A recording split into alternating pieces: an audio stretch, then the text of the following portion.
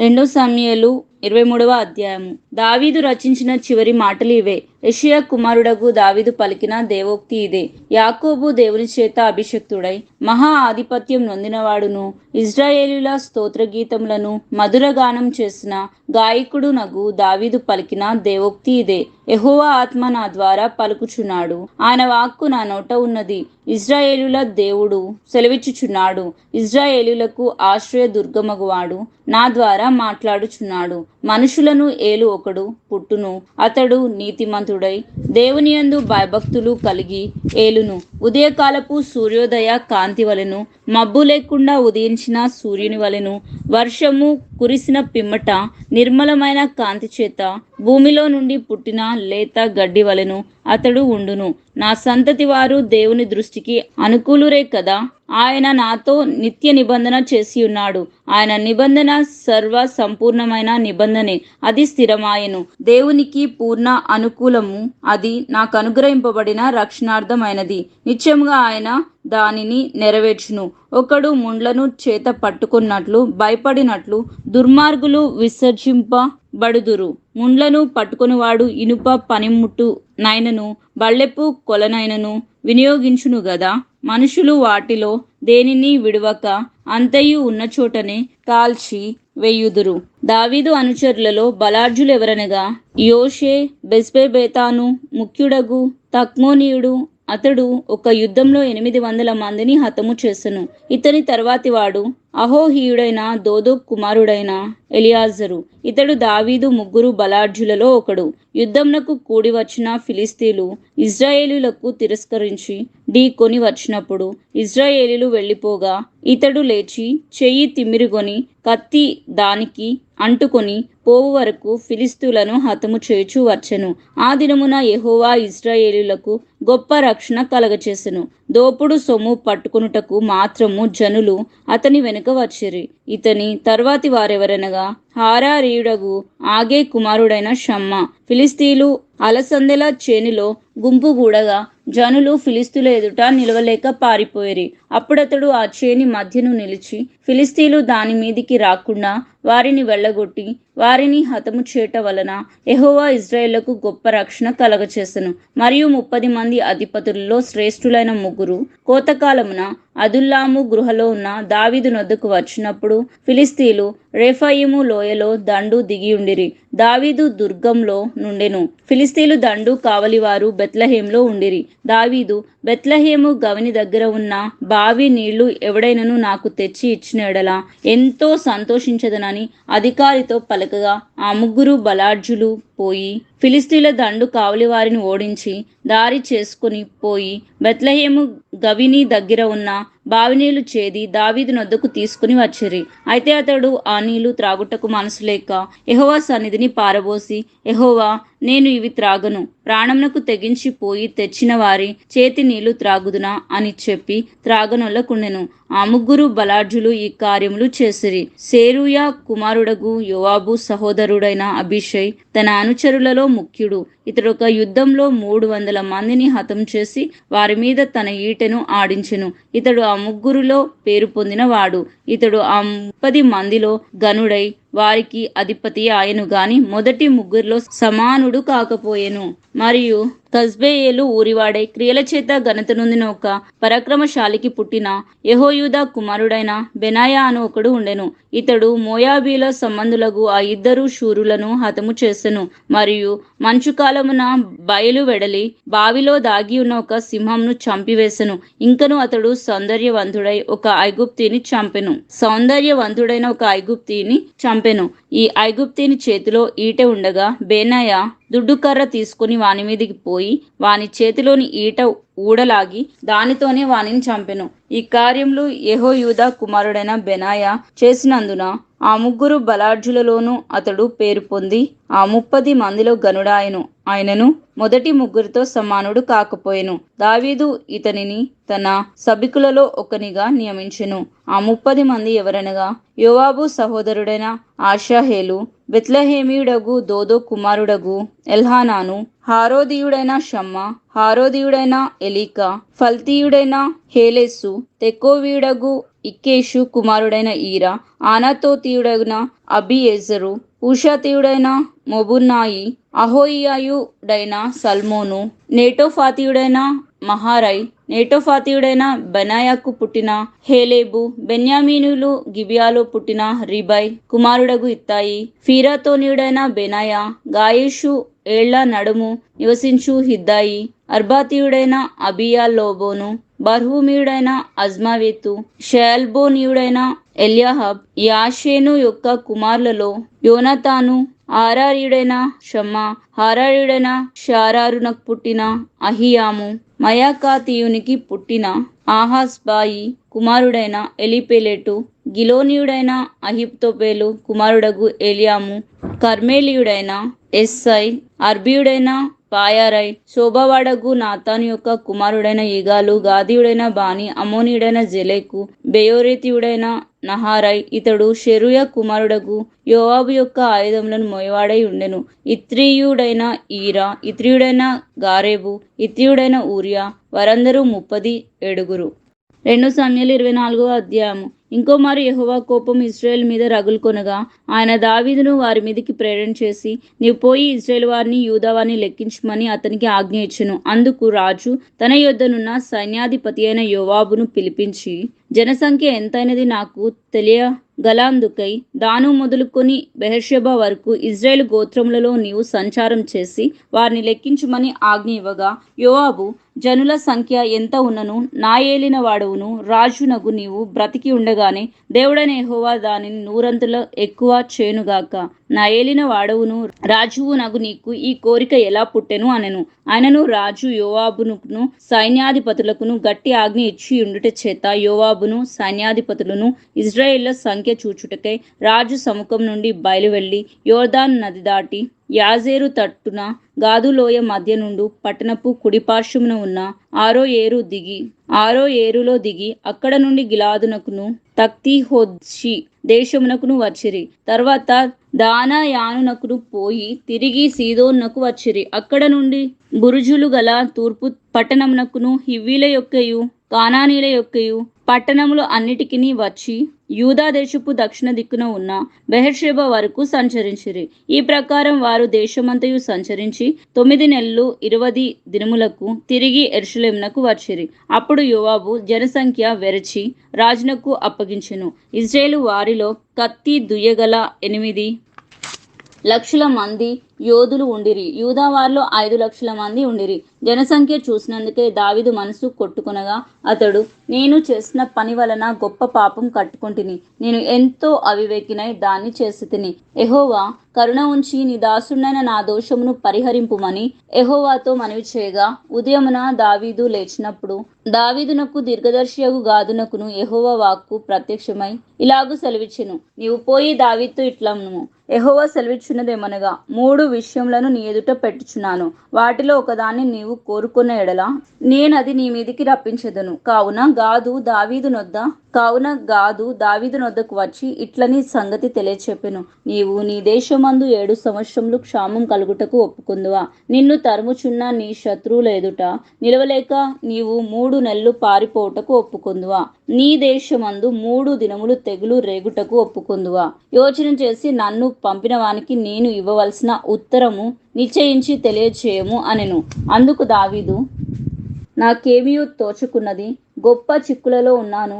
యెహోవా బహు వాత్సల్యం గలవాడు గనుక మనుషుని చేతిలో పడకుండా యెహోవా చేతిలోనే పడుదునుగాక అని గాదుతో అనెను. అందుకు యెహోవా ఇశ్రాయేలు మీద తెగులు రప్పించగా ఆ దినము ఉదయం మొదలుకొని సమాజపు కూటం వేళ వరకు అది జరుగుచూ ఉండెను. అందుచేత దాను నుండి బెయేర్షెబా వరకు 70,000 మంది మృతి నొందిరి. అయితే దూత యెరూషలేము పైని హస్తము చాపి నాశనం చేయబోచున్నప్పుడు యెహోవా ఆ కీడును గురించి సంతాపమొంది, అంతే చాలును, నీ చేయి తీయమని జనులను నాశనం చేయు దూతకు ఆజ్ఞ ఇచ్చెను. యెహోవా దూత యెబూసీయుడైన అరౌనా యొక్క కళ్ళము దగ్గర ఉండగా దావీదు జనులను నాశనం చేసిన దూతను కనుగొని యెహోవాను ఇలాగు ప్రార్థించెను, చిత్తగించుము, పాపం చేసిన వాడను నేనే, దుర్మార్గంగా ప్రవర్తించిన వాడను నేనే. గొర్రెల వంటి వీరేమి చేసిరి, నన్నును నా తండ్రి ఇంటి వారిని శిక్షించుము. ఆ దినమున గాదు దావీదు నొద్దకు వచ్చి, నీవు పోయి యోబీసుడైన అరోనా యొక్క కళ్ళంలో యెహోవా నామమున ఒక బలిపీఠం కట్టించుమని అతనితో చెప్పగా, దావీదు గాదు చేత యెహోవా ఇచ్చిన ఆజ్ఞ చొప్పున పోయెను. అరౌనా రాజును అతని సేవకులను తన దాపునకు వచ్చుట చూచి బయలుదేరి రాజునకు సాష్టాంగ నమస్కారం చేసి, నా ఏలిన వాడవును రాజునకు నీవు నీ దాసుడైన నా యుద్ధకు వచ్చిన నిమిత్తమేమని అడగగా, దావీదు, ఈ తెగులు మనుషులను తగలకుండా నిలిచిపోనట్లు యెహోవా నామమున ఒక బలిపీఠం కట్టించుటకై నీ యొద్ద ఈ కళ్ళమును కొనవలనని వచ్చితిని అనెను.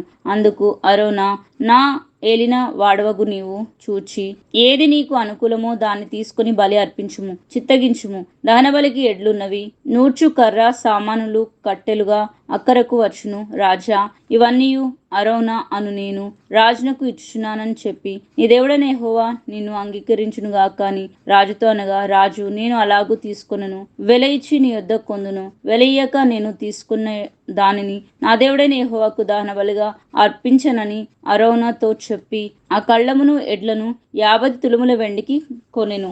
అక్కడ దావీదు యెహోవా నామమున ఒక బలిపీఠం కట్టించి దహన బలులను సమాధాన బలులను అర్పించెను.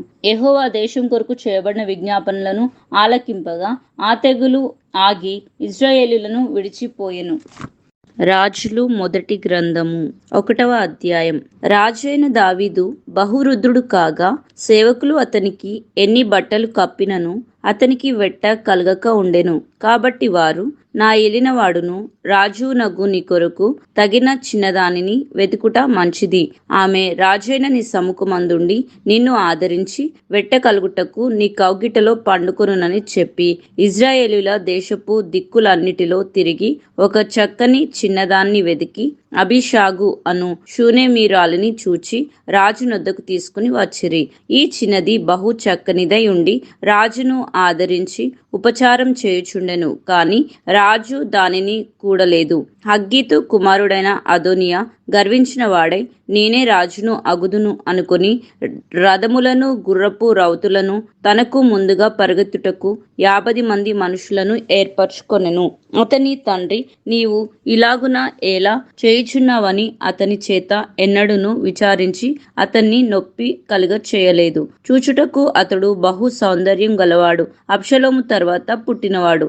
అతడు షేరుయా కుమారుడైన యోవాబుతోనూ యాజకుడైన అబ్యాతారుతోనూ ఆలోచన చేయగా వారు అదోనియా పక్షమున వహించి అతనికి సహాయం చేసిరి గాని యాజకుడైన సాదోకును, యెహోయాదా కుమారుడైన బెనాయాను, ప్రవక్త అయిన నాతానును, షిమీయును, రేయియును, దావీదు యొక్క శూరులను అదోనియాతో కలుసుకొనక ఉండిరి.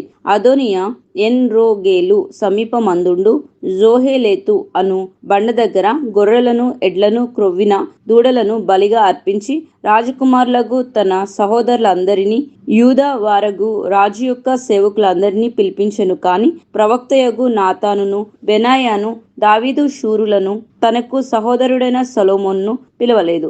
అప్పుడు నాతాను సొలొమోను తల్లి అయిన బెత్షెబాతో చెప్పినదేమనగా, హగ్గీతు కుమారుడైన అదోనియా ఏలుచున్న సంగతి నీకు వినబడలేదా? అయితే ఈ సంగతి మన ఏలినవాడైన దావీదునకు తెలియకయే ఉన్నది. కాబట్టి నీ ప్రాణమును నీ కుమారుడైన సొలొమోను ప్రాణమును రక్షించుకొనుటకై నేను నీకొక ఆలోచన చెప్పెదను, వినుము. నీవు రాజు అయిన దావీదు నొద్దకు పోయి, నా ఏలినవాడా రాజా, అవశ్యంగా నీ కుమారుడైన సొలొమోను నా వెనుక ఏలువాడై నా సింహాసనం మీద ఆసీనుడు అగునని నీ సేవకురాలైన నాకు నీవు ప్రమాణపూర్వకంగా సెలవిచ్చితివే. అదోనియా ఏలుచుండుట ఏమని అడగవలెను. రాజుతో నీవు మాట్లాడుచుండగా నేను నీ వెనుక లోపలికి వచ్చి నీవు విన్నవించిన మాటలను రూఢిపరచుదునని చెప్పెను. కాబట్టి బెత్షెబా గదిలోనున్న రాజునొద్దకు వచ్చెను. రాజు బహు వృద్ధుడైనందున షూనేమీరాలగు అబీషాగు రాజును కనిపెట్టుచూ ఉండెను. బెత్షెబా వచ్చి రాజు ఎదుట సాగిలపడి నమస్కారం చేయగా, రాజు నీ కోరిక ఏమని అడిగినందున ఆమె ఇలాగూ మనవి చేసెను, నా ఏలినవాడా, నీవు నీ దేవుడైన యెహోవా తోడని నీ సేవకురాలైన నాకు ప్రమాణం చేసి ఆవశ్యకంగా నీ కుమారుడైన సొలొమోను నా వెనుక ఏలువాడై నా సింహాసనం మీద ఆసీనుడు అగునని సెలవిచ్చితివే. ఇప్పుడైతే అదోనియా ఏలుచున్నాడు. ఈ సంగతి నా ఏలినవాడును రాజు నగు నీకు తెలియకే ఉన్నది. అతడు ఎడ్లను, క్రొవ్విన దూడలను, గొర్రెలను బలిగా అర్పించి రాజకుమారులందరినీ, యాజకుడైన అబ్యాతారును, సైన్యాధిపతి అయిన యోవాబును పిలిపించెను. కాని నీ సేవకుడైన సొలొమోనును పిలవలేదు. నా ఏలినవాడైన రాజా, నా ఏలినవాడైన రాజువగు నీ తరువాత సింహాసనం మీద ఎవడు ఆసీనుడగునో అందును గూర్చి ఇజ్రాయేళ్లందరూ కనిపెట్టి ఉన్నారు. ఇదిగాక నా ఏలినవాడవైన రాజువగు నీవు నీ పితరులతో కూడా నిద్ర పొందిన తర్వాత నేనును నా కుమారుడైన సొలొమోనును అపరాధులుగా ఎంచబడుదుము. ఆమె రాజుతో మాట్లాడుచున్నప్పుడు ప్రవక్తయగు నాతాను లోపలికి రాగా, ప్రవక్తయగు నాతాను వచ్చి ఉన్నాడని సేవకులు రాజునకు తెలియచేసిరి. అతడు రాజు సన్నిధికి వచ్చి నమస్కారం చేసి సాగిలపడి సాష్టాంగపడి, నా ఏలిన వడవైన రాజా, అదోనియా నీ తర్వాత ఏలువాడై నీ సింహాసనం మీద కూర్చుండునని నీవు సెలవిచ్చితివా? ఎడ్లను, క్రొవ్విన దూడలను, గొర్రెలను బలిగా అర్పించి రాజకుమారులందరినీ, సైన్యాధిపతులను, యాజకుడైన అబ్యాతారును పిలిపింపగా వారు వాని సముఖంలో అన్నపానములు పుచ్చుకొనుచు రాజైన అదోనియా చిరంజీవి అగును గాక అని పలుకుచున్నారు. అయితే నీ సేవకుడైన నన్నును, యాజకుడైన సాదోకును, యెహోయాదా కుమారుడైన బెనాయాను, నీ సేవకుడైన సొలొమోనును అతడు పిలిచినవాడు కాడు. నా ఏలిన వాడవును రాజునగు నీ తర్వాత నీ సింహాసనం మీద ఎవడు ఆసీనుడై ఉండినో అది నీ సేవకుడినైనా నాతో చెప్పక ఉందువా? ఈ కార్యము ఏలిన వాడవును రాజునగు నీ సెలవు చొప్పున జరుగుచున్నదా అని అడిగెను. దావీదు బెత్షెబాను పిలిపించమని సెలవీయగా ఆమె రాజు సన్నిధికి వచ్చి రాజు ఎదుట నిలవబడెను. అప్పుడు రాజు ప్రమాణపూర్వకంగా చెప్పినదేమనగా, సకలమైన ఉపద్రవములో నుండి నన్ను విడిపించిన యెహోవా జీవం తోడు, అవశ్యంగా నీ కుమారుడైన సొలొమోను నా తర్వాత ఏలువాడై నాకు ప్రతిగా నా సింహాసనం మీద ఆసీనుడు అగునని ఇజ్రాయేలుల దేవుడైన యెహోవా నామం తోడని నేను నీకు ప్రమాణం చేసిన దానిని ఈ దినముననే నెరవేర్చుదునని చెప్పగా, బెత్షెబా సాగిలపడి రాజునకు నమస్కారం చేసి, నా ఏలినవాడైన రాజుయగు దావీదు సదాకాలం బ్రతుకును గాక అనెను. అప్పుడు రాజు అయిన దావీదు యాజకుడైన సాదోకును, ప్రవక్త అయిన నాతాను, యెహోయాదా కుమారుడైన బెనాయాను నా యొద్దకు పిలువుమని సెలవీయగా వారు రాజు సన్నిధికి వచ్చిరి. అంతట రాజు, మీరు మీ ఏలిన వాడైన నా సేవకులను పిలిపించుకొని పోయి నా కుమారుడైన సొలొమోనును నా కంచెర గాడిద మీద ఎక్కించి గీహోనునకు తీసుకుని పోయి యాజకుడైన సాదోకును, ప్రవక్త అయిన నాతాను అక్కడ ఇజ్రాయెల్ మీద రాజుగా అతన్ని పట్టాభిషేకం చేసిన తర్వాత మీరు బాకా నాదం చేసి రాజు అయిన సొలొమోను చిరంజీవి అగునుగాక అని ప్రకటన చేయవలెను. ఇజ్రాయేలీలు వారి మీదను, యూదా వారి మీదను నేను అతన్ని అధికారినిగా నియమించి ఉన్నాను కనుక పిమ్మట మీరు యెరూషలేమునకు అతని వెంట రాగా అతడు నా సింహాసనం మీద ఆసీనుడై నాకు ప్రతిగా రాజు అగునని సెలవిచ్చెను. అందుకు యెహోయాదా కుమారుడైన బెనాయా రాజునకు ప్రత్యుత్తరముగా ఇట్లా నేను, అలాగు జరుగునుగాక. నా ఏలిన వాడును రాజునకు నీ దేవుడైన యెహోవా ఆ మాటను స్థిరపరచునుగాక. యెహోవా నా ఏలిన వాడును రాజునగు నీకు తోడుగా ఉండినట్లు ఆయన సొలొమోనుకును తోడుగా ఉండి నా ఏలిన వాడైన రాజు అగు దావీదు యొక్క రాజ్యం కంటే అతని రాజ్యంను ఘనంగా చేయునుగాక అనెను. కాబట్టి యాజకుడైన సాదోకును, ప్రవక్త అయిన నాతాను, యెహోయాదా కుమారుడైన బెనాయాను, పెలేతీయులను రాజు అయిన దావీదు కంచెరగాడిదల మీద సొలొమోనును ఎక్కించి గీహోనునకు తీసుకొని రాగా యాజకుడైన సాదోకు గుడారంలో నుండి తైలపు కొమ్మును తెచ్చి సొలొమోనునకు పట్టాభిషేకం చేసెను. అప్పుడు వారు బాకా ఊదగా కూడిన జనులందరూ రాజు అయిన సొలొమోను చిరంజీవి అగునుగాక అని కేకలు వేసిరి. మరియు ఆ జనులందరూ అతని వెంబడి వచ్చి పిల్లన గ్రోవులను ఊదుచు వాటి నాదముల చేత నేల బద్దలగునట్లు అత్యధికంగా సంతోషించిరి. అదోనీయాయును అతడు పిలిచిన వారందరూ విందులో ఉండగా విందు ముగింపబోవు సమయమున ఆ చప్పుడు వారికి వినబడెను. యోవాబు బాకానాదం విని పట్టణమందు ఈ అల్లరి ఏమని అడగగా యాజకుడైన అబ్యాతారు కుమారుడైన యోనాతాను వచ్చెను. అదోనియా, లోపలికి రమ్ము, నీవు ధైర్యవంతుడవు, నీవు శుభ సమాచారంతో వచ్చుచున్నావనగా యోనాతాను అదోనియాతో ఇట్లా నేను, నిజంగా మన ఏలినవాడును కుమారుడును రాజునగు దావీదు సొలొమోను రాజుగా నియమించున్నాడు. రాజు యాజకుడైన సాదోకును ప్రవక్త అయిన నాతాన్ను యెహోయాదా కుమారుడైన బెనాయాను కెరేతీయులను పెలేతీయులను అతనితో కూడా పంపగా వారు రాజు కంచెల గాడిద మీద అతన్ని నూరేగించిరి. యాజకుడైన సాదోకును ప్రవక్త అయిన నాతాన్ను గీహోను దగ్గర అతనికి పట్టాభిషేకం చేసిరి. అక్కడ నుండి వారు సంతోషంగా వచ్చి ఉన్నారు. అందువలన పట్నం అల్లరి ఆయను. మీకు వినబడిన ధ్వని ఇదే. మరియు సొలొమోను రాజ్యాసనం మీద ఆసీనుడై ఉన్నాడు.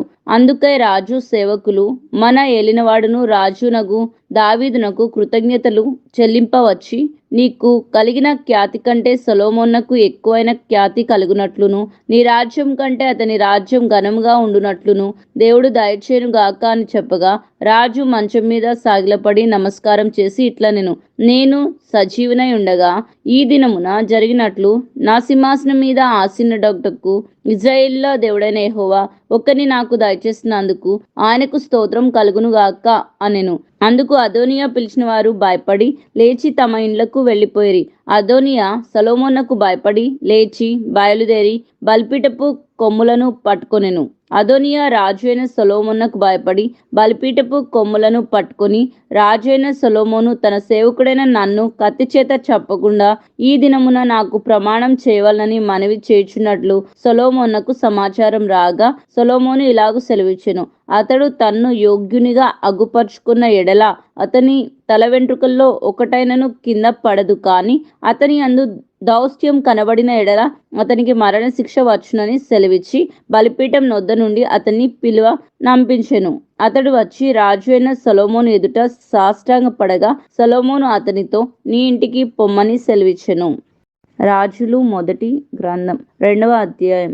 దావీదునకు మరణకాలం సమీపింపగా అతడు తన కుమారుడైన సొలొమోనుకు ఇలాగు ఆజ్ఞ ఇచ్చెను, లోకులందరూ పోవలసిన మార్గంన నేను పోవుచున్నాను. కాబట్టి నువ్వు ధైర్యం తెచ్చుకుని నిబ్బరం కలిగి నీ దేవుడైన యెహోవా అప్పగించిన దానిని కాపాడి ఆయన మార్గములను అనుసరించిన ఎడల నీవు ఏ పని పూనుకొనినను ఎక్కడ తిరిగినను అన్నిటిలో వివేకంగా నడుచుకొందువు.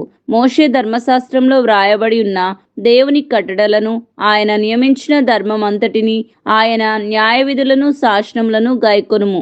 అప్పుడు నీ పిల్లలు తమ ప్రవర్తన విషయంలో జాగ్రత్తగా ఉండి నా ఎదుట తమ పూర్ణ హృదయంతోనూ పూర్ణ మనస్సుతోనూ సత్యంను అనుసరించి నడుచుకున్న ఎడల ఇశ్రాయేలుల రాజసింహాసనం మీద ఆసీనుడగు ఒకడు నీకు ఉండక మానడని యెహోవా నన్ను గూర్చి ప్రమాణం చేసిన మాటను స్థిరపరచును. అయితే షెరూయా కుమారుడైన యోవాబు నాకు చేసిన దానిని ఇశ్రాయేలు సేనాధిపతులకు నేరు కుమారుడైన అబ్నేరు, యేతెరు కుమారుడైన అమాషాయను వారందరికీ అతడు చేసిన దాన్ని నువ్వు ఎరుగుదువు. అతడు వారిని చంపి యుద్ధ సమయమైనట్టుగా సమాధాన కాలమందు రక్తం చిందించి దానిని తన నడికట్టు మీదను తన పాదరక్షముల మీదను పడజేసెను. నీకు తోచినట్లు అతనికి చేయవచ్చును, కానీ అతని నెరసిన తల వెంట్రుకలను సమాధికి నెమ్మదిగా దిగనీయవద్దు. నేను నీ సహోదరుడైన అబ్షాలోము ముందర నుండి పారిపోగా గిలాదీయుడైన బర్జిల్లాయి కుమారులు నా సహాయంనకు వచ్చిరి.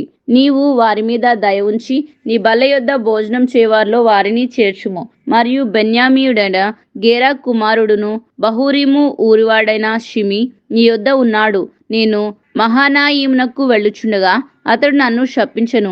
నన్ను ఎదుర్కొనుటకే అతడు యోర్దాను నది యొద్ద దిగిరాగా యెహోవా తోడు కత్తి చేత నేను నిన్ను చంపనని ప్రమాణం చేసి తిని నిర్దోషిగా ఎంచవద్దు.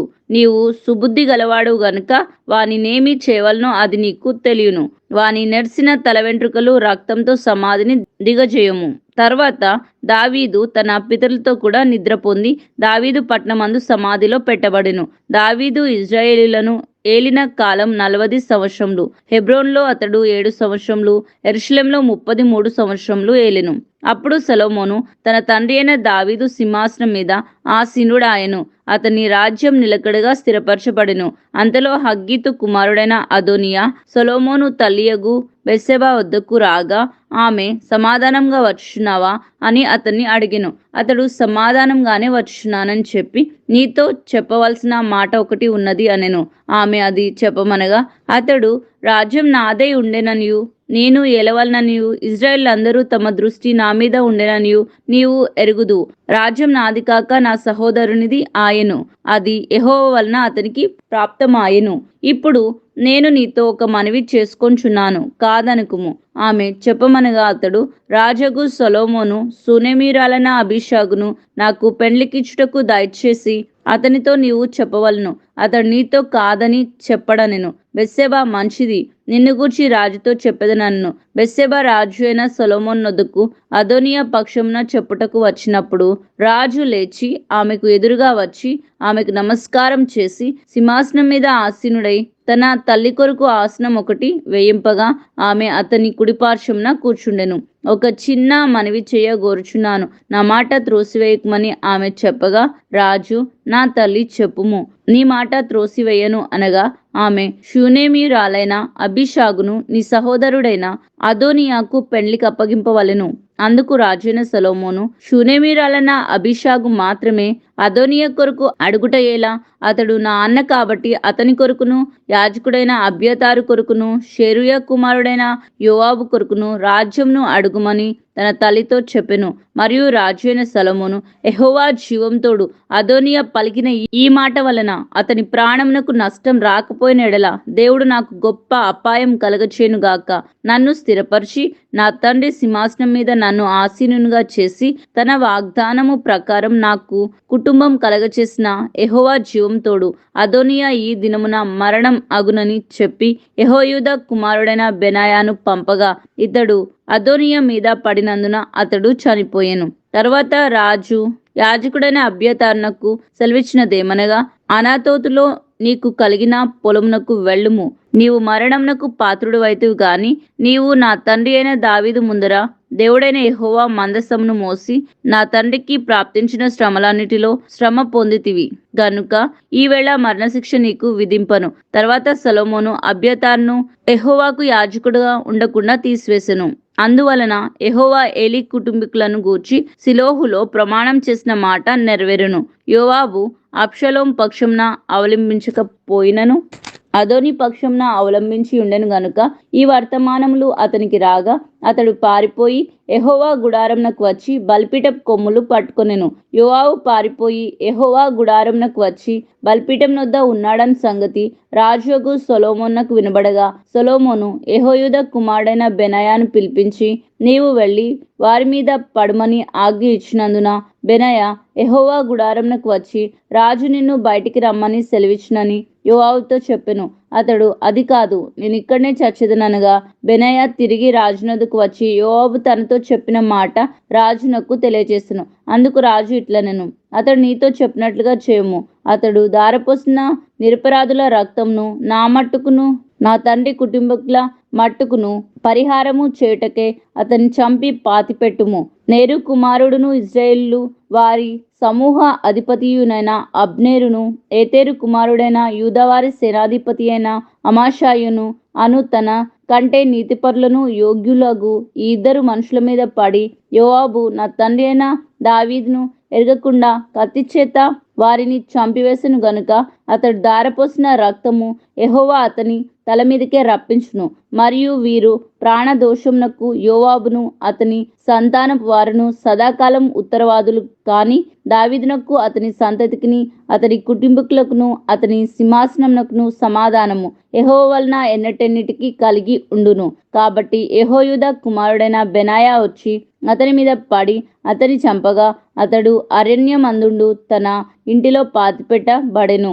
రాజు అతనికి బదులుగా యెహోయాదా కుమారుడైన బెనాయాను సేనాధిపతిగా నియమించెను. మరియు రాజు అబ్యాతారునకు బంధువులుగా యాజకుడైన సాదోకును నియమించెను. తర్వాత రాజు షిమిని పిలువనంపించి అతనికి ఈ మాట సెలవిచ్చెను, నీవు యెరూషలేములో ఇల్లు కట్టించుకొని బయట ఎక్కడికైనా వెళ్ళక అందులో కాపురముండుము. నీవు ఏ దినమున బయలుదేరి కిద్రోను ఏరువాగు దాటుదువో ఆ దినమున నీవు చచ్చుట నిశ్చయమని రూఢిగా తెలుసుకొనుము. నీ ప్రాణమునకు నీవే ఉత్తరవాదివి అనగా షిమి, తమరు సెలవిచ్చినది మంచిదేను. నా ఏలిన వారైన రాజువగు తమరు చెప్పిన ప్రకారం తమ సేవకుడైన నేను చేసేదనని రాజుతో చెప్పెను. షిమి యెరూషలేములో అనేక దినములు నివాసము చేయుచుండెను. అయితే 3 సంవత్సరాలైన తర్వాత షిమి యొక్క పనివారిలో ఇద్దరు పారిపోయి మయాక కుమారుడైన ఆకీషు అను గాతు రాజునొద్దకు చేరిరి. అంతటా నీ వారు గాతులో ఉన్నారని షిమికి వర్తమానం రాగా, షిమి లేచి గాడిదకు గంత కట్టి తన పనివారిని వెతుకుటకై గాతులోని ఆకీషు నొద్దకు పోయెను. ఇలాగున షిమి పోయి గాతులో నుండి తన పనివారిని తీసుకుని వచ్చెను. షిమి యెరూషలేములో నుండి గాతునకు పోయి వచ్చెనని సొలొమోనుకు వర్తమానం కాగా, రాజు షిమిని పిలువనంపించి అతనితో ఇట్లనెను, నువ్వు ఏ దినమందు బయలుదేరి ఏ స్థలమునకైనా వెళ్ళుదువో ఆ దినమున నీవు మరణమగుదువని నిశ్చయంగా తెలుసుకొనవలనని యెహోవా తోడని నేను నీకు ఖండితంగా ఆజ్ఞ ఇచ్చి నీ చేత ప్రమాణం చేయించితిని గదా. మరియు తమరు సెలవిచ్చినదే మంచిదని నీవు ఒప్పుకొంటివి. కాబట్టి యెహోవా తోడని నీవు చేసిన ప్రమాణమును మేము నీకు ఆజ్ఞాపించిన ఆజ్ఞను నీవు గైకొనక పోతివి అని అడిగి, నీవు మా తండ్రి అయిన దావీదునకు చేసినట్లు నీ హృదయంలో మెదులుచున్న కీడంతయు నీకు తెలియను. నీవు చేసిన కీడు యెహోవా నీ తల మీదికే రప్పించును. అయితే రాజు అయిన సొలొమోను ఆశీర్వాదం పొందును. దావీదు సింహాసనం యెహోవా సముఖమందు సదాకాలం స్థిరపరచబడనని షిమితో చెప్పి, రాజు యెహోయాదా కుమారుడైన బెనాయాకు సెలవీయగా అతడు బయలుదేరి వాని మీద పడి వాణ్ణి చంపెను. ఈ ప్రకారం రాజ్యం సొలొమోను వశమున స్థిరపరచబడెను. 3వ అధ్యాయము.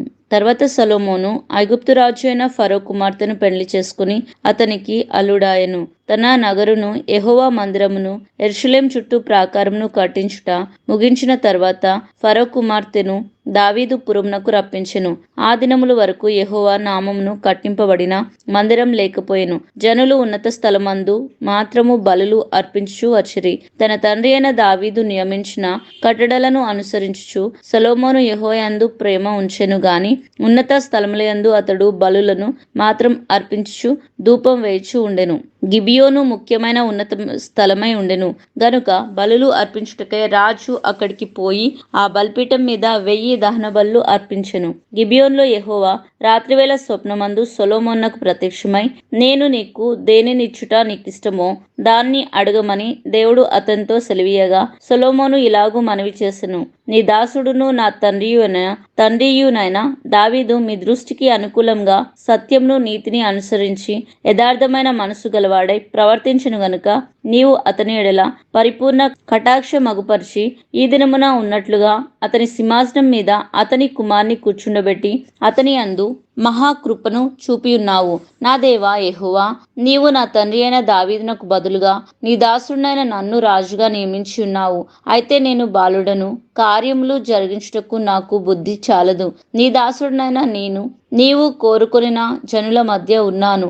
వారు విస్తరించి ఉన్నందున వారిని లక్ష్య పెట్టుటయు వారి విశాల దేశమును తనిఖీ చేయుటయు అసాధ్యము. ఇంత గొప్పదైన నీ జనమునకు న్యాయం తీర్చగలవాడు ఎవడు? కాబట్టి నేను మంచి చెడ్డలో వివేచించి నీ జనులకు న్యాయం తీర్చినట్లు నీ దాసుడైన నాకు వివేకం గల హృదయము దయచేయము. సొలొమోను చేసిన ఈ మనవి ప్రభునకు అనుకూలమాయను గనుక దేవుడు అతనికి ఇలాగు సెలవిచ్చెను, దీర్ఘ ఆయువునైనను ఐశ్వర్యంనైనను నీ శత్రువుల ప్రాణంనైనను అడగక న్యాయములను గ్రహించుటకు వివేకం అనుగ్రహించమని నీవు అడిగితివి. నీవు ఇలాగున అడిగినందున నీ మనవి ఆలకించున్నాను. బుద్ధి వివేకములు గల హృదయం నీకిచ్చున్నాను. పూర్వీకుల్లో నీ వంటి వాడు ఒకడును లేడు, ఇక మీదట నీ వంటి వాడు ఒకడును ఉండడు. మరియు నీవు ఐశ్వర్యమును ఘనతను ఇమ్మని అడగకపోయినను నేను వాటిని కూడా ఇచ్చుచున్నాను. అందువలన నీ దినములన్నిటను రాజుల్లో నీ వంటి వాడొకడును ఉండడు. మరియు నీ తండ్రి అయిన దావీదు నా మార్గంలో నడిచి నా కట్టడలను నేను నియమించిన ధర్మం అంతటిని గైకొన్నట్లు నీవు నడిచి వాటిని గైకొనిన ఎడల నిన్ను దీర్ఘాయుష్మంతునిగా చేసేదనని అనెను. అంతలో సొలొమోను మేలుకొని అది స్వప్నమని తెలుసుకొని పిమ్మట అతడు యెరూషలేమునకు వచ్చి యెహోవా నిబంధన గల మందసం ఎదుట నిలబడి దహన బలులను సమాధాన బలులను అర్పించి తన సేవకులందరికీ విందు చేయించెను. తర్వాత వేశ్యలైన 2 స్త్రీలు రాజునొద్దకు వచ్చి అతని ముందర నిలిచిరి. వారిలో ఒకతే ఇట్లు మనవి చేసెను, నా ఏలినవాడా చిత్తగించుము, నేనును ఈ స్త్రీను ఒక ఇంటిలో నివసించున్నాము. దానితో కూడా ఇంటిలో ఉండి నేనొక పిల్లను కంటిని. నేను కన్న 3వ దినమున ఇదియు పిల్లను కనును. మేమిద్దరమును కూడానున్నాము. మేమిద్దరము తప్ప ఇంటిలో మరి ఎవరునూ లేరు. అయితే రాత్రియందు ఇది పడకలో తన పిల్ల మీద పడగా అది చచ్చెను. కాబట్టి మధ్యరాత్రి ఇది లేచి, నీ దాసివైన నేను నిద్రించుండగా వచ్చి నా పక్కలో నుండి నా బిడ్డను తీసుకుని తన కౌగిట్లో పెట్టుకొని చచ్చిన తన పిల్లను నా కౌగిట ఉంచెను. ఉదయంన నేను లేచి నా పిల్లకు పాలియగా చూడగా అది చచ్చినదాయనను. తర్వాత ఉదయంన నేను పిల్లను నిదానించి చూచినప్పుడు వాడు నా కడుపున పుట్టినవాడు కాడని నేను తెలుసుకుంటుని. అంతలో రెండో స్త్రీ, అది కాదు, బ్రతికి ఉన్నది నా బిడ్డ, చచ్చినది దాని బిడ్డ అని చెప్పగా ఆమె, కాదు, చచ్చినదే నీ బిడ్డ, బ్రతికి ఉన్నది నా బిడ్డ అనెను. ఈ ప్రకారం వారు రాజు సమ్ముఖమున మనవి చేయగా రాజు, బ్రతికి ఉన్నది నా బిడ్డ, చచ్చినది నీ బిడ్డ అని ఒకటియు, రెండవది అలాగ కాదు, చచ్చినది నీ బిడ్డ, బ్రతికి ఉన్నది నా బిడ్డ అని చెప్పుచున్నది కనుక కత్తి తెమ్మని ఆజ్ఞ ఇచ్చెను. వారు ఒక కత్తిని రాజు సన్నిధికి తేగా రాజు 2 భాగములుగా బ్రతికి ఉండు బిడ్డను చేసి సగం దీనికి సగం దానికి చెరి సగం ఇవ్వవలసిందని ఆజ్ఞ ఇచ్చెను. అంతలో బ్రతికి ఉన్న బిడ్డ యొక్క తల్లి తన బిడ్డ విషయమై పేగులు తరుక్కొని పోయినదై రాజునొద్ద, నా ఏలినవాడా, బిడ్డను ఎంత మాత్రము చంపగా దానికే ఇప్పించమని మనవి చేయగా ఆ రెండో స్త్రీ, అది నాదైనను దానిదైనను కాకుండా చెరిసగం చేయమను. అందుకు రాజు, బ్రతికి ఉన్న బిడ్డను ఎంత మాత్రము చంపక మొదటి దానికి ఇయుడి, దాని తల్లి అదే అని తీర్పు తీర్చెను. అంతటా ఇజ్రాయేలీయులందరూ రాజు తీర్చిన తీర్పును గూర్చి విని న్యాయం విచారించుటందు రాజు దైవజ్ఞానం నొందినవాడని గ్రహించి అతనికి భయపడిరి. మొదటి రాజులు 4వ అధ్యాయము. రాజు అయిన సొలొమోను ఇజ్రాయేలు మీద రాజు ఆయను. అతని యొద్దనున్న అధిపతులు ఎవరెవరనగా, సాదోకు కుమారుడైన అజర్య యాజకుడు, పీషా కుమారుడైన ఎలీహోరేపును, అహియాయును, ప్రధాన మంత్రులు, అలీహూదు కుమారుడైన యెహోషాపాతు లేఖికుడై ఉండెను. యెహోయాదా కుమారుడైన బెనాయా సైన్యాధిపతి, సాదోకును అబ్యాతారును యాజకులు, నాతాను కుమారుడైన అజర్య అధికారుల మీద ఉండెను. నాతాను కుమారుడైన జాబూదు రాజు సముఖంలోని మిత్రుడును మంత్రియునై ఉండెను. అహీషారు గృహ నిర్వాహకుడు, అబ్దా కుమారుడైన అదోనీరాము వెట్టి పని విషయంలో అధికారి. ఇజ్రాయేల్ అందరి మీద సొలొమోను 12 అధికారులను నియమించెను. వీరు రాజునకును అతని ఇంటి వారికిని ఆహారము సంగ్రహం చేవారు. సంవత్సరమందు ఒక్కొక్క నెలకు వారిలో ఒక్కొక్క ఆహారం సంగ్రహం చేయుచుండెను. ఒక్కొక్కడు ఆహారంను సంగ్రహం చేయుచుండెను. వారి పేర్లు ఇవే: ఎఫ్రాయిము మన్యమందు హూరు కుమారుడు, మకస్సులో శాల్బీములోను, బెస్సామెసులోను, ఎలోన్మోదానానులోను దేకెరు కుమారుడు, అరుబ్బోతులో హేసెదు కుమారుడు. వీరిలో షోకో దేశమున హెబెరు దేశమంతయు నియమింపబడెను. మరియు అబినాదాబు కుమారునికి దోరు మన్య ప్రదేశమంతయు నియమింపబడును. సొలొమోను కుమారుడైన టాపాతు ఇతని భార్య. మరియు అలీహూదు కుమారుడైన బనయాకు తానాకును మెగ్దిగోయును బెస్పేయాను ప్రదేశమంతయు నియమింపబడును. ఇది ఇజ్రాయేలు దగ్గరనున్న సారెతా నుండి బెస్పేయాను మొదలుకొని అబెల్మెహోలా వరకు యొక్నెయాము అవతలి స్థలం వరకును వ్యాపించి ఉన్నది. గేబెరు కుమారుడును రామోల్గిలాదు నందు కాపురముండెను. వీనికి గిలాదులో నుండిన మనుష్యకు కుమారుడైన యాయీరు గ్రామములను బాషాన్లో ఉన్న అర్గోబు దేశమున నియమింపబడెను. అది ప్రాకారములను ఇత్తడి అడ్డగడియలను 60 గొప్ప పట్టణములను ప్రదేశము. ఇద్దో కుమారుడైన అహీనాదాబు మహానాయిములో ఉండెను. నఫ్తాలీము దేశమందు అహిమాయస్సాయి ఉండెను. వీడు సొలొమోను కుమారుడైన బాషెమాతును వివాహం చేసుకొనెను. ఆషేరులోను అలోతులోను షూషై కుమారుడును బనాయా ఉండెను. ఇశ్శాఖారు దేశమందు పరువాహు కుమారుడైన యెహోషాపాతు ఉండెను. బెన్యామీను దేశమందు ఏలా కుమారుడైన షిమి ఉండెను. గిలాదు దేశమునందు అమోరీలకు రాజైన షీహాను దేశమునందు బాషాను రాజైన ఓగు దేశమందు ఊరి కుమారుడైన గేబెరు ఉండెను. అతడు ఒక్కడే ఆ దేశమందు అధికారి. అయితే యూదావారును ఇజ్రాయేలు వారును సముద్రపు దారినున్న ఇసుక రేణువులంతా విస్తార సమూహమై తినుచు త్రాగుచు సంబరపడుచు ఉండిరి. నది యూఫ్రటీస్ మొదలుకొని ఐగుప్తు సరిహద్దు వరకు ఈ ప్రదేశం ఈ మధ్యనున్న రాజ్యములన్నిటి మీదను ఫిలిస్తీన్ల దేశమంతటి మీదను సొలొమోను ప్రభుత్వం చేసెను. ఈ జనులు ఆ జనులు పన్ను చెల్లించు సొలొమోను బ్రతికిన దినములన్నీ అతనికి సేవ చేయుచు వచ్చిరి. ఒక్కొక్క దినమును సొలొమోను భోజనపు సామాగ్రి ఎంత అనగా 600 తూముల సన్నపు గోధుమ పిండియు, 1200 తూముల ముతక పిండియు, కొవ్విన ఎడ్లు 10, విడి ఎడ్లు 20, 100 గొర్రెలను. ఇవియు కాక ఎర్ర దుప్పులు, జింకలు, క్రొవ్విన బాతులను తేబడెను. యూఫ్రటీసు నది యువతల తిస్పాహు మొదలుకొని గాజా వరకును నది యువతలనున్న రాజులందరి మీదను అతని అధికారము ఉండెను. అతని కాలము నలుదిక్కుల నెమ్మది కలిగి ఉండెను. సొలొమోను దినములన్నిటను ఇజ్రాయేలు వారేమి, యూదా వారేమి, దాను మొదలుకొని బెయేర్షెబా వరకును తమ తమ ద్రాక్ష చెట్ల క్రిందను అంజూరపు చెట్ల క్రిందను నిబ్బరంగా నివసించుచుండిరి. నిర్భయంగా నివసించుండిరి. సొలొమోను రథములకు 40,000 గుర్రపు శాలలను, రౌతులకు 12,000 గుర్రములను ఉండెను. మరియు రాజైన సొలొమోను భోజనపు బల యొద్దకు వచ్చిన వారందరికీ ఏమీ తక్కువ కాకుండా అధికారులు ఒక్కడు తాను నియమింపబడిన మాసమును బట్టి ఆహారము సంగ్రహం చేయుచు వచ్చెను. మరియు గుర్రములను పాటు పశువులను ఉన్న ఆయా స్థలములకు ప్రతి వాడును తనకు చేయబడిన నిర్ణయం చొప్పున యావలను గడ్డిని తెప్పించుండెను.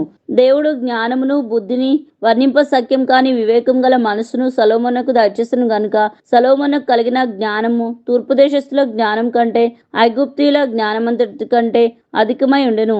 అతడు సమస్తమైన వారి కంటెను, ఎజ్రాహీయుడైన యోతాము కంటెను, మాహాలు కుమారులైన హేమాను, కల్కోను, దర్దా అను వారికంటెను జ్ఞానవంతుడై ఉండెను గనుక అతని కీర్తి చుట్టూనున్న జనములన్నిటిలో వ్యాపితమాయెను. అతడు 3000 సామెతలు చెప్పెను, 1005 కీర్తనలు రచించెను.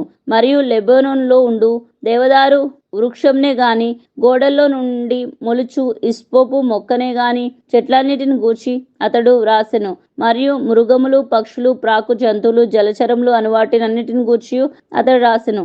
అతని జ్ఞానపు మాటలు తెలుసుకొనుటకై అతని జ్ఞానమును గూర్చి వినిన భూపతుల అందరిలో నుండి, జనులందరిలో నుండి మనుషులు సొలొమోను యొద్దకు వచ్చిరి. మొదటి రాజులు 5వ అధ్యాయము. తర్వాత తూరునకు రాజు అయిన హీరాము తన తండ్రికి బదులుగా సొలొమోనును పట్టాభిషేకం నొందెనని విని తన సేవకులను సొలొమోను నొద్దకు పంపెను. ఏలైనగా హీరాము ఎప్పటికీ దావీదుతో స్నేహంగా ఉండెను. హీరాము నొద్దకు సొలొమోను ఈ వర్తమానం పంపెను. యెహోవా నా తండ్రి అయిన దావీదు శత్రువులను అతని పాదముల క్రింద అణుచు వరకు అన్ని వైపులను యుద్ధములు అతనికి కలిగి ఉండెను. తన దేవుడైన యెహోవా నామ ఘనతకు అతడు మందిరమును కట్టింప వీలు లేక పోయెనున్న సంగతి నీవెరుగుదువు. ఇప్పుడు శత్రువు ఒకడును లేకుండా అపాయమేమీ కలగకుండాను నా దేవుడైన యెహోవా నలుదిశలను నాకు నెమ్మది దయచేసి ఉన్నాడు. కాబట్టి నీ సింహాసనం మీద నేను నీకు బదులుగా కూర్చుండబెట్టు నీ కుమారుడు నా నామ ఘనతకు ఒక మందిరమును కట్టించునని యెహోవా తన తండ్రి అయిన దావీదునకు సెలవిచ్చినట్లు నా దేవుడైన యెహోవా నామఘనతకు ఒక మందిరమును కట్టించుటకు నేను ఉద్దేశము గలవాడనై ఉన్నాను. లెబోనోనులో దేవదారు మ్రానులను నరికించుటకే నాకు సెలవిమ్ము. నా సేవకులను నీ సేవకులను కలిసి పనిచేయుదురు. మ్రానులను నరుకుటయందు సీదోనీయులకు సాటి అయిన వారు మాలో ఎవరునూ లేరని నీకు తెలియను గనుక నీ ఏర్పాటు చొప్పున నేను నీ సేవకులకు జీతము నీకిచ్చెదను అనెను.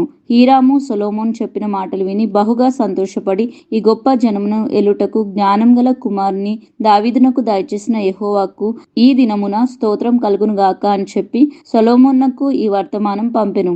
నీవు నా యొద్దకు పంపిన వర్తమానమును నేను అంగీకరించితిని. దేవదారు మ్రానులను గూర్చి సరళపు మ్రానులను గూర్చి నీ కోరిక అంతటి ప్రకారం నేను చేసెదను. నా సేవకులు వాటిని లెబోనోను నుండి సముద్రం నొద్దకు తెచ్చెదరు. అప్పుడు వాటిని తెప్పలుగా కట్టించి నీవు నాకు నిర్ణయించు స్థలమునకు సముద్రం మీద చేరునట్లు చేసి అక్కడ అవి నీకు అప్పగింపబడు బందోబస్తు నేను చేయుదును. నీవు వాటిని తీసుకొందువు. ఇందును గూర్చి నీవు నా కోరిక చొప్పున జరిగించి నా ఇంటి వారి సంరక్షణ కొరకు ఆహారం ఇచ్చెదవు. హీరాము సొలొమోనుకు ఇష్టమైనంత మట్టుకు దేవదారు మ్రానులను సరళపు మ్రానులను పంపించగా సొలొమోను హీరామునకును అతని ఇంటి వారి సంరక్షణకును ఆహారంగా 2 లక్షల తూముల గోధుమలు, 3800 పళ్ళ స్వచ్ఛమైన నూనెను పంపించెను. ఈ ప్రకారం సొలొమోను ప్రతి సంవత్సరము హీరామునకు ఇచ్చుచూ వచ్చెను. యెహోవా సొలొమోనుకు చేసిన వాగ్దానం చొప్పున అతనికి జ్ఞానం దయచేసెను. మరియు హీరామును సొలొమోను సంధి చేయగా వారిద్దరూ సమాధానం కలిగి ఉండెను. రాజైన సొలొమోను ఇజ్రాయేలు అందరి చేతను వెట్టి పని చేయించెను. వారిలో 30,000 మంది వెట్టి పని చేయువారైరి. వీరిని అతడు వంతుల చొప్పున నెలకు 10,000 మందిని లెబానోనుకు పంపించెను. ఒక నెల లెబానోనులో 2 నెలలు ఇంటి వద్దను వారు ఉండిరి. ఆ వెట్టి పని మీద అదోనీరాము అధికారియై ఉండెను. మరియు సొలొమోనుకు బరువులు మోయువారు 70,000 మందియు, పర్వతములందు మ్రానులను నరుకువారు 80,000 మందియు ఉండిరి. వీరు కాక పని మీదనున్న సొలొమోను శిల్పకారులకు అధికారులు 3,300 మంది. వీరు పనివారి మీద అధికారులై ఉండిరి.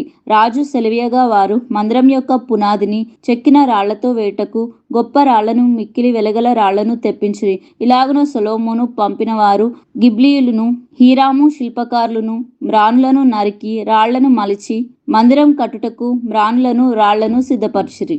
మొదటి రాజులు 6వ అధ్యాయము.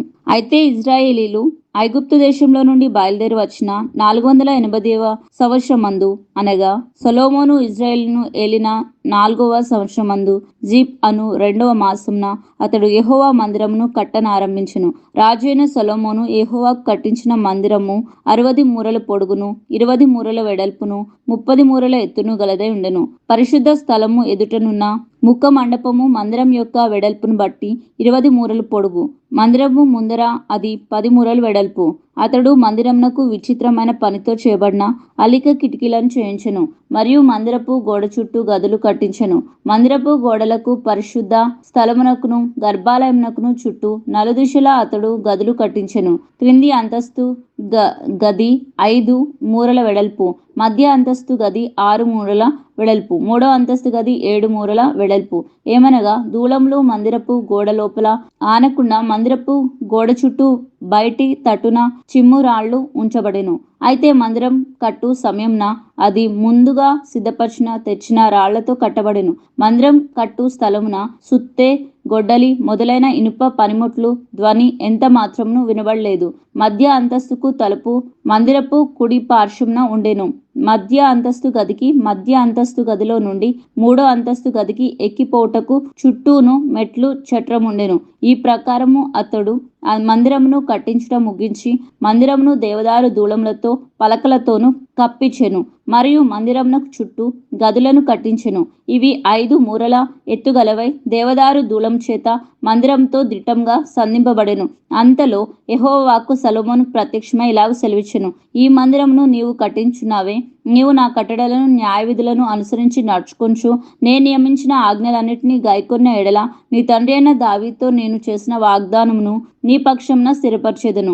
నా జనులైన ఇజ్రాయేలీయులను విడిచిపెట్టక నేను వారి మధ్య నివాసము చేసేదను. ఈ ప్రకారం సొలొమోను మందిరమును కట్టించి ముగించెను. అతడు మందిరపు లోపలి గోడలను అడుగు నుండి పైకప్పు వరకు దేవదారు పలకల చేత కట్టించెను. లోపల వాటికి సరళపు మ్రాను పలకలతో కప్పి మందిరం నట్టిల్లు దేవదారు పలకలతో కప్పివేసెను. మరియు మందిరపు పక్కలను దిగువ నుండి గోడల పైభాగం మట్టుకు దేవదారు పలకలతో 20 మూరలు ఎత్తు కట్టించెను. వీటిని గర్భాలయమునకై అనగా అతి పరిశుద్ధమైన స్థలమునకై అతడు లోపల కట్టించెను. అయితే దాని ముందరనున్న పరిశుద్ధ స్థలము 40 మూరలు పొడుగై ఉండెను. మందిరం లోపలనున్న దేవదారు పలక మీద గుబ్బలును వికసించిన పువ్వులను చెక్కబడి ఉండెను. అంతయు దేవదారు కర్ర పనియే. రాయి ఒకటైనను కనబడలేదు. యెహోవా నిబంధన మందసం నుంచుటకై మందిరం లోపల గర్భాలయంను సిద్ధపరిచెను. గర్భాలయం లోపల 20 మూరలు పొడుగును 20 మూరలు వెడల్పును 20 మూరలు ఎత్తును గలదై ఉండెను. దీనిని మేలిం బంగారంతో పొదిగించెను. అర్జకర్రతో చేయబడిన బలిపీఠంను ఇలాగున్నే పొదిగించెను. ఇలాగున సొలొమోను మందిరమును లోపల మేలిం బంగారంతో పొదిగించి గర్భాలయపు ముంగిలికి బంగారు గొలుసు గల తెర చేయించి బంగారంతో దాన్ని పొదిగించెను. ఏ భాగమును విడవకుండా మందిరమంతయు బంగారంతో పొదిగించెను. గర్భాలయం నొద్దనున్న బలిపీఠం అంతటి నీ బంగారంతో పొదిగించెను. మరియు అతడు గర్భాలయమందు 10 మూరలు ఎత్తుగల 2 కెరూబులను ఒలీవ కర్రతో చేయించెను. ఒక్కొక్క కెరూబును 5 మూరలు పొడుగు గల రెక్కలుండెను. ఒక్క రెక్క చివర మొదలుకొని రెండో రెక్క చివరి మట్టుకు 10 మూరలు పొడుగు. రెండో కెరూబును 10 మూరలు గలదై ఉండెను. కెరూబు రెండింటికి ఏక పరిమాణమును ఏక ఆకారమును కలిగి ఉండెను. ఒక కెరూబు 10 మూరలు ఎత్తు, రెండవ కెరూబు దాని వలనే ఉండెను. అతడు ఈ కెరూబులను గర్భాలయంలో ఉంచెను. ఈ కెరూబులు రెక్కలు విప్పుకొని ఒకదాని రెక్క యువతలి గోడకును రెండో దాని రెక్క అవతలి గోడకును అంటి ఉండెను. గర్భాలయమందు వీటి రెక్కలు ఒకదానితో ఒకటి అంటుకొని ఉండెను. ఈ కెరూబులకు అతడు బంగారంతో పొదిగించెను. మరియు మందిరపు గోడలన్నిటి మీదను లోపలనేమి వెలుపలనేమి కెరూబులను తమల వృక్షములను వికసించిన పుష్పములను చెక్కించెను. మరియు మందిరపు నట్టిల్లు లోపలను వెలుపలను బంగారంతో పొదిగించెను. గర్భాలయపు ద్వారములకు ఒలివ కర్రతో తలుపులు చేయించెను. ద్వారబంధం మీద కమ్మియు నిలువు కమ్ములను గోడ వెడల్పులో 5వ భాగము వెడల్పు ఉండెను. 2 తలుపులను ఒలివ కర్రవి. వాటి మీద కెరూబులను తమల వృక్షములను వికసించిన పుష్పములను చెక్కించి వాటిని బంగారంతో పొదిగించెను. కెరూబుల మీదను తమల వృక్షముల మీదను బంగారం పొదిగించెను. మరియు పరిశుద్ధ స్థలపు ద్వారమునకు ఒలివ కర్రతో 2 నిలువు కమ్ములు చేయించెను. ఇవి గోడ వెడల్పులో 4వ వంతు వెడల్పుగా ఉండెను. 2 తలుపులు దేవదారు కర్రతో చేయబడి ఉండెను. ఒక్కొక్క తలుపునకు 2 మడత రెక్కలు ఉండెను. వాటి మీద అతడు కెరూబులను తమల వృక్షములను వికసించిన పుష్పములను చెక్కించి ఆ చెక్కిన వాటి మీద బంగారు రేకును పొదిగించెను. మరియు లోపలనున్న సాలను 3 వరుసలను చెక్కిన రాళ్లతోనూ 1 వరుసను దేవదారు దూలములతోనూ కట్టించెను. 4వ సంవత్సరము జీప్ అను మాసంన యెహోవా మందిర పునాది వేయబడెను. 11వ సంవత్సరము బూలు అను 8వ మాసంన దాని ఏర్పాటు చొప్పున దాని ఉపభాగములన్నిటితోనూ మందిరము సమాప్తమాయెను. 7 సంవత్సరములు సొలొమోను దాన్ని కట్టించుండెను. మొదటి రాజులు 7వ అధ్యాయము. సొలొమోను 13వ సంవత్సరంన తన నగరును కట్టించుచుండి దానినంతటినీ ముగించెను. మరియు అతడు లెబానోను అరణ్యపు నగరును కట్టించెను. దీని పొడుగు 100 మూరలు, వెడల్పు 50 మూరలు, ఎత్తు 30 మూరలు. 4 వరుసల దేవదారు స్తంభములు మీద దేవదారు దూలములు వేయబడెను. మరియు 45 స్తంభముల మీద పక్క గదులపైన దేవదారు కర్రలతో అది కప్పబడెను. ఆ స్తంభములు వరుస వరుసకు పైగా 15 చొప్పున 3 వరుసలు ఉండెను. 3 వరుసల కిటికీలు ఉండెను. 3 వరుసలలో కిటికీలు ఒకదానికొకటి ఎదురుగా ఉండెను. తలుపుల యొక్కయు కిటికీల యొక్కయు స్తంభములు చచ్చౌకంగా ఉండెను. 3 వరుసలలోనూ కిటికీలు ఒకదానికి ఒకటి ఎదురుగా ఉండెను. మరియు అతడు స్తంభములు గల ఒక మండపమును కట్టించెను. దాని పొడుగు 50 మూరలు, వెడల్పు 30 మూరలు. ఒక మండపమును వాటి ఎదుట ఉండెను. స్తంభములను లావు గల దూలములను వాటి ఎదుట ఉండెను. తర్వాత తాను తీర్పు తీర్చ కూర్చుండుటకై ఒక అధికార మండపమును కట్టించెను. దాని నట్టిల్లు కొన మొదలు దేవదారు కర్రతో కప్పబడెను. లోపలి ఆవరణంలో తన నివాసపు ఇంటిని ఆ విధముగానే కట్టించెను. మరియు సొలొమోను తాను నివాసమైన ఫరో కుమార్తెకు తాను వివాహమైన ఫరో కుమార్తెకు ఈ మండపం వంటి ఒక నగరు కట్టించెను.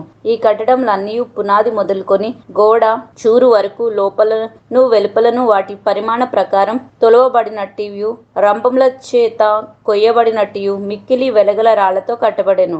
ఈ ప్రకారమే గొప్ప ఆవరణపు వైపున ఉన్న వెలుపలి భాగమును ఉండెను. దాని పునాది 10 మూరలు గల మిక్కిలి వెలగల పెద్ద రాళ్లతో కట్టబడెను. 10 తట్టున పరిమాణం ప్రకారం చెక్కబడిన మిక్కిలి వెలగల రాళ్లను దేవదారు కర్రలను కలవు. గొప్ప ఆవరణమునకు చుట్టూను 3 వరుసల చెక్కిన రాళ్లను 1 వరుస దేవదారు దూలములను కలవు. యెహోవా మందిరంలోని ఆవరణం కట్టబడిన రీతినే ఆ మందిరపు మండపమును కట్టబడెను. రాజు అయిన సొలొమోను తూరు పట్టణంలో నుండి హీరాను పిలువనంపించెను. ఇతడు నఫ్తాలి గోత్రపు విధవరాలి కుమారుడై ఉండెను. ఇతని తండ్రి తూరు పట్టణపు వాడును, ఇతడి పనివాడు. ఈ హీరాను పూర్ణ ప్రజ్ఞగల బుద్ధివంతుడును, ఇతడితో చేయు సమస్తమైన పనులలో బహు చమత్కారపు పనివాడనే ఉండెను. అతడు సొలొమోను నొద్దకు వచ్చి అతని పని అంతయు చేసెను. ఏమనగా అతడు 2 ఇత్తడి స్తంభములు పోతపోసెను. ఒక్కొక్క స్తంభం 18 మూరలు నిడివి గలది, ఒక్కొక్కటి 12 మూరలు కైవరం గలది.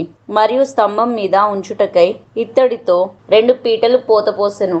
ఒక్క పీట యొక్క ఎత్తు 5 మూరలు, రెండవ పీట యొక్క ఎత్తు 5 మూరలు, మరియు స్తంభం మీదనున్న పీటలకును అల్లిక పని వంటి పనియు గొలుసులు పని దండులను చేయబడెను. అవి పీటకు ఏడేసి కలిగి ఉండెను. ఇలాగున అతడు స్తంభములను చేసి మీద పీటలను కప్పుటకు చుట్టూను అల్లిక పని 2 వరుసలు దానిమ్మ పండ్లతో చేసెను.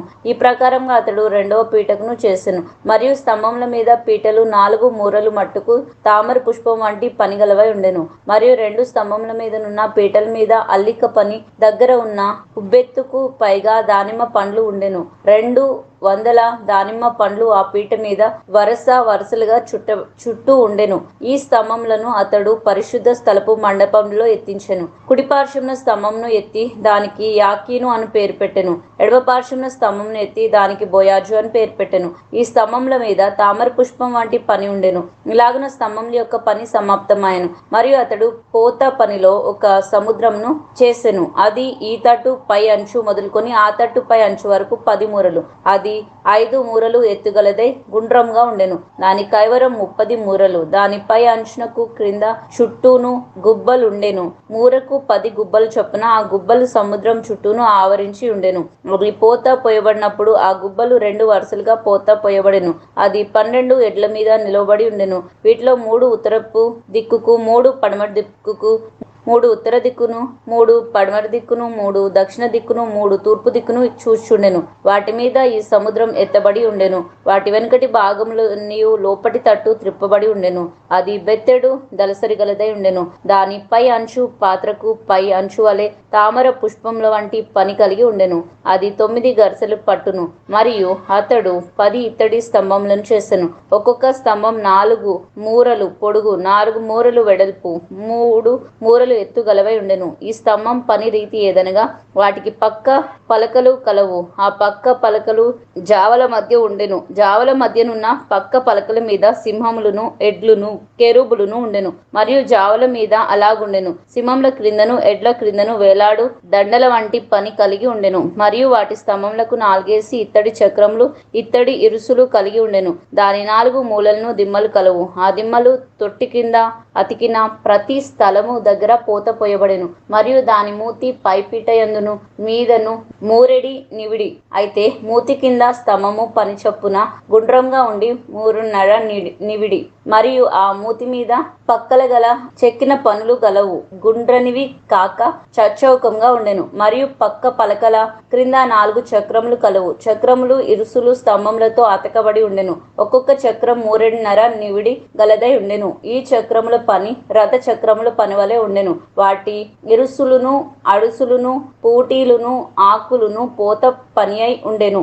ఒక్కొక్క స్తంభపు 4 మూలను 4 దిక్కులు కలవు. ఈ దిమ్మలును స్తంభమును ఏకాండంగా ఉండెను. మరియు స్తంభమును పైని చుట్టూను జేనెడు ఎత్తుగల గుండ్రని బొద్దు కలిగి ఉండెను.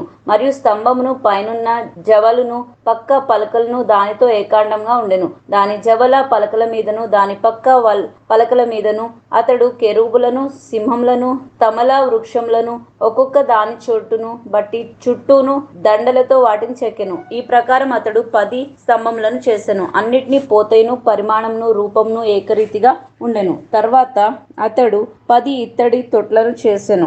ప్రతి తొట్టి 720 తులములు పట్టునది. ఒక్కొక్క తొట్టి 4 మూరలు. ఒక్కొక్క స్తంభం మీద ఒక్కొక్క తొట్టి పెట్టబడెను. మందిరపు కుడి పార్శ్వమున 5 స్తంభములను, మందిరం యొక్క ఎడమ పార్శ్వమున 5 మట్లను అతడు ఉంచెను. సముద్రమును దక్షిణమునకు ఎదురుగా తూర్పు తట్టున మందిరం యొక్క కుడి పార్శ్వమున ఉంచెను. మరియు హీరాను తొట్లను, చేటలను, గిన్నెలను చేసెను. ఈ ప్రకారం హీరాను రాజు అయిన సొలొమోను ఆజ్ఞను బట్టి యెహోవా మందిరపు పని అంతయు ముగించెను. 2 స్తంభములు, ఆ 2 స్తంభముల మీదనున్న పైపీటలు పళ్ళెములను, ఆ స్తంభములను పీటలు పళ్ళెములను కప్పిన 2 అల్లికలు, ఆ స్తంభముల మీదనున్న పైపీటల 2 పళ్ళెములను కప్పిన అల్లిక ఒకటింటికి 2 వరుసల చొప్పున 2 అల్లికలను, 400 దానిమ్మ పండ్లను, 10 స్తంభములను, స్తంభముల మీద 10 తొట్లను, ఒక సముద్రమును, సముద్రం కింద 12 ఎడ్లను, బిందెలను, చేటలను, గిన్నెలను, వీటన్నిటినీ రాజు అయిన సొలొమోను ఆజ్ఞను బట్టి హీరాము యెహోవా మందిరమునకు చేరెను. ఈ వస్తువులన్నీ మెరుగుపెట్టిన ఇత్తడివై ఉండెను. యోర్దాను మైదానమందు సుక్కోతునకును సారెతానునకును మధ్య జిగట భూమియందు రాజు వాటిని పోత పోయించెను. అయితే ఈ ఉపకరణములు అతి విస్తారములైనందున సొలొమోను ఎత్తు చూచుట మానివేసెను. ఇత్తడి యొక్క ఎత్తు ఎంతైనది తెలియబడక పోయెను.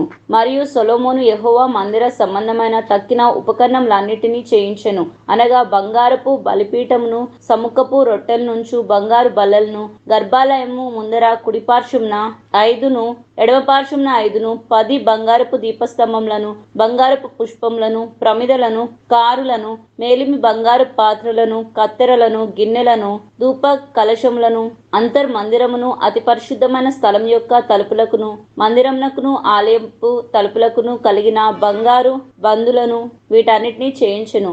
ఈ ప్రకారం రాజు అయిన సొలొమోను యెహోవా మందిరమునకు చేసిన పని అంతయు సమాప్తమాయెను. మరియు సొలొమోను తన తండ్రి అయిన దావీదు ప్రతిష్ఠించిన వెండిని, బంగారమును, ఉపకరణములను తెప్పించి యెహోవా మందిరపు ఖజానాలో ఉంచెను.